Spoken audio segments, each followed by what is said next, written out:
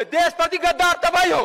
देशप्रति गद्दार देशको विकास 20 वर्षमा देशलाई गरी बनाइदियो, युवाहरूलाई बाहिर पठाइदियो, युवाहरूलाई विदेश पठाइदिने, देशलाई भ्रष्टाचारमा डुबाइदिने र देशको गद्दार हामी हुने। सभामुखले पार्टीको दलीय हिसाबले यदि निर्देशन दिनु छ त्यो निर्देशन हामी मान्न तयार छैन। किनभने सभामुखले निर्देशन दिनु परेको सबै जिल्लामा बजेट किन गएन? त्यो निर्देशन दिन आउँदैन सभामुखलाई। एमाले जे भने त्यही निर्देशन छ भने सभामुख संसदको एमालेको होइन, तपाईँको डायमाले आएको होइन। तपाईँ जसले आएछ तपाईँ त्यही प्रक्रियाबाट म पनि आएको हो। यहाँलाई म सचेत गराउँछु कि निर्धारित विषयमा अघि भएको रुलिङलाई समेत ध्यानमा राख्दै आफ्नो अभिव्यक्ति दिन सक्नुहुन्छ। यहाँहरू सचेत भएर अगाडि बढ्नुहोस्। सभामुखजी स्वतन्त्र सांसद साँडे जहिले पनि मलाई रुलिङ मात्र गर्ने होइन, सबैलाई रुलिङ गर्नुपर्छ। सबै संसद बराबर हो, यहाँ कोही ठुलो होइन कोही सानो होइन।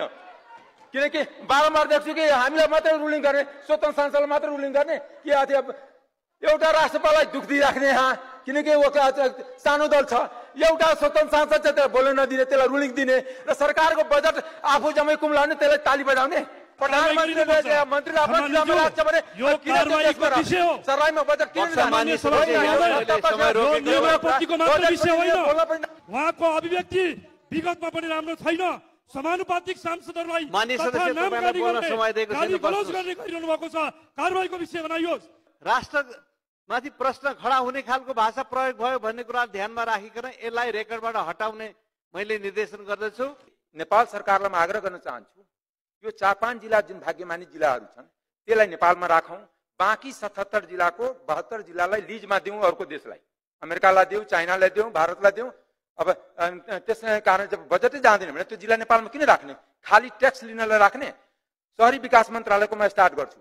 काठमाडौँमा 3 करोडको दरले 131 योजना छ।